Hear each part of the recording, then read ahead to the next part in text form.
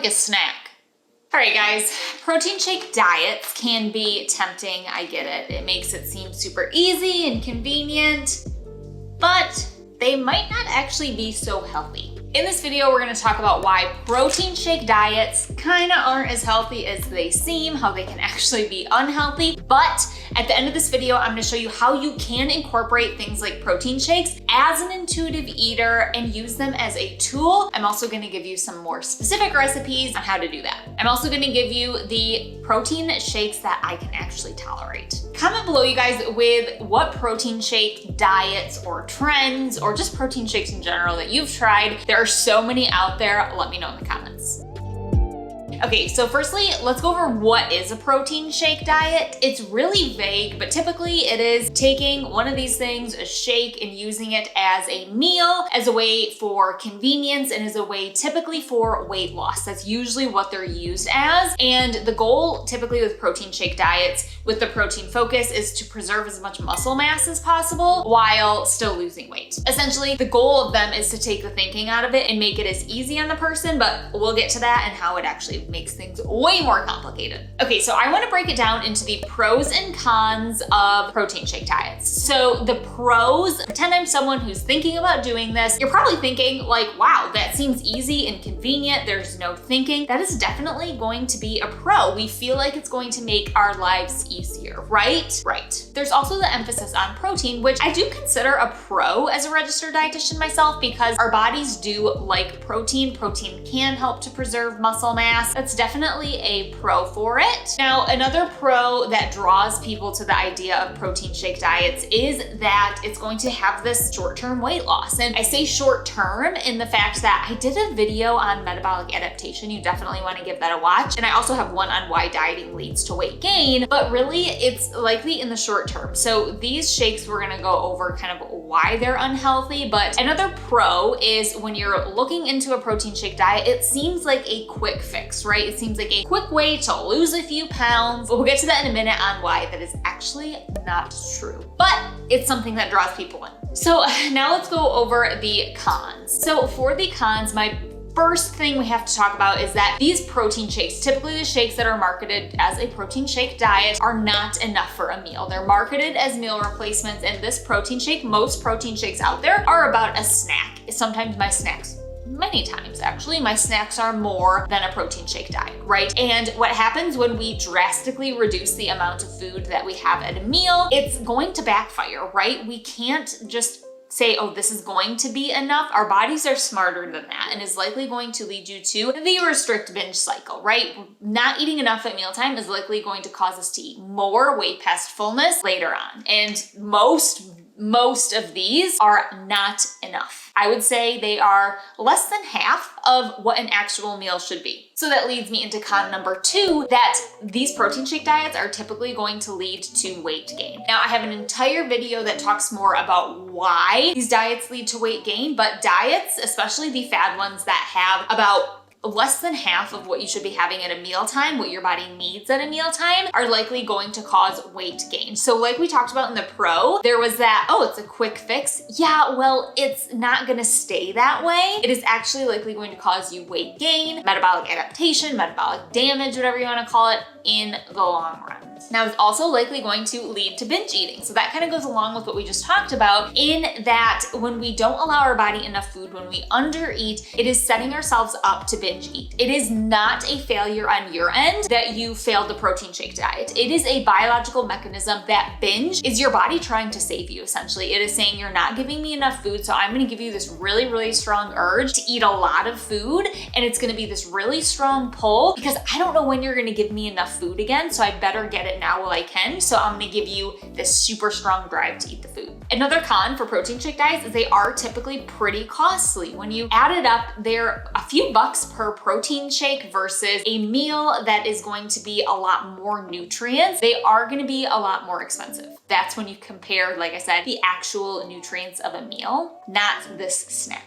Another con is that our bodies don't necessarily register liquid calories in the same way that they do solid foods. In a variety of different ways, both our bodies registering that, but also the satisfaction piece of it, right? We're gonna have so much more satisfaction, be more mindful when we are chewing solid foods or having an actual meal versus the 2 seconds it takes to down one of these things, right? Our bodies are gonna be able to actually have hunger and fullness cues, to actually have satiety cues. If we are not just, like I said, drinking things, it does register differently in terms of our body's energy needs. Liquid does register different than solid. Now, I don't want you to be like, oh, well, I should never drink calories. That's not what I'm getting at here. There can be so much satisfaction coming from a nice glass of orange juice or a milkshake or a smoothie. But like I said, we just want to make sure that we're not leaning on those things and using them more kind of as those convenience things. Be mindful, enjoying them. I think that's the biggest thing too, is that you're doing something that you actually enjoy. So drink the smoothie, drink the orange juice, it's fine. But in terms of meals,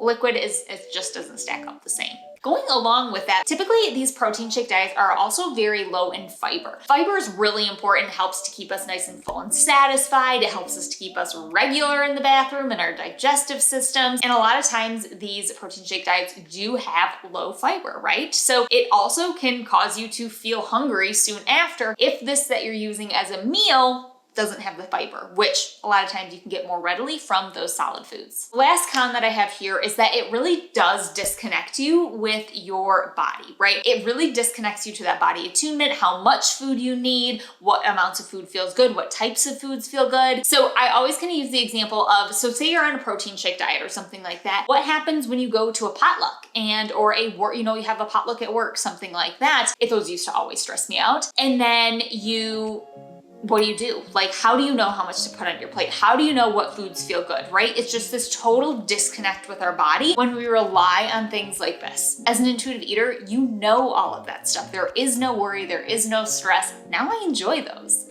So, okay, those are just the general, there's so many more, you guys. We're just scratching the surface here, but those are the big pros and cons. So I'm gonna let you be the judge of which one outweighs. So now, like I said, as an intuitive eater now, I'm not anti-protein shake, right? I'm an intuitive eating dietitian. I believe in listening to your body, but I also believe in being freaking practical, right? And protein shakes can be a really convenient way to add protein, but like I've said, they are not a meal. So as an intuitive eater, how do you use protein shakes, right? Let's get into it.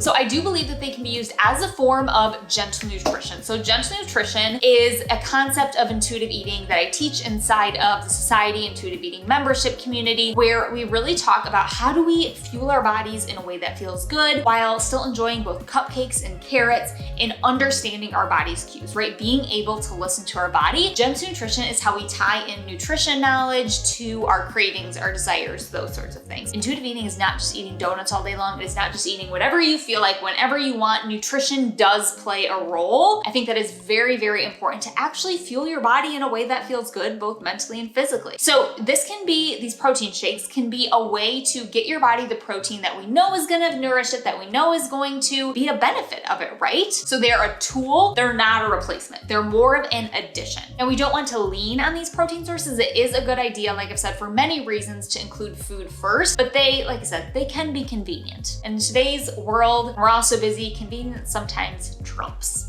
So how can we use these? I've got a few examples for you. First of all, you could keep a protein shake, one of the ready to drink ones, in your car or in your gym bag. I mean, sometimes I want to stop to Trader Joe's after the gym because it's right on my way home, and getting my body, again, using some of that gentle nutrition. Okay, I know I just worked out, my body could benefit some fuel, maybe I'm hungry, boom, drink one of those. It's gonna hold me over until I get home, right? Totally fine to do. Maybe you use them as milk for, making overnight oats. I've definitely done that before. Typically, a lot of the times the ready to drink ones can be flavored, but you could also just kind of, like I have one right here in a shaker cup. These are all less expensive. So you could do that and add a protein boost to your breakfast, because gentle nutrition, okay, if I add protein to my breakfast, I know that typically keeps me full and satisfied longer. It can be a tool to do that. You could also use it as, I've definitely done this as milk over oats, really high protein sort of milk over oats. Really good, especially with the flavored ones. It kind of makes it like a super creamy oatmeal. Again, you get the fiber and the carbs from the oatmeal, but you're adding some protein from the protein shake that you're adding on top, totally fine. Lastly, you could take a protein shake and put it into your morning coffee, grab a banana, boom, you're out the door. That is such an easy grab and go breakfast. So we actually had one of the members of the society post this specific recommendation and saying that she was doing it to make her mornings easier. Totally fine. And one thing I love about the society, we're always sharing different ideas, but this was a really great one on how you can use these as a tool. Add something to it. Like I said, it is not a replacement for a meal, but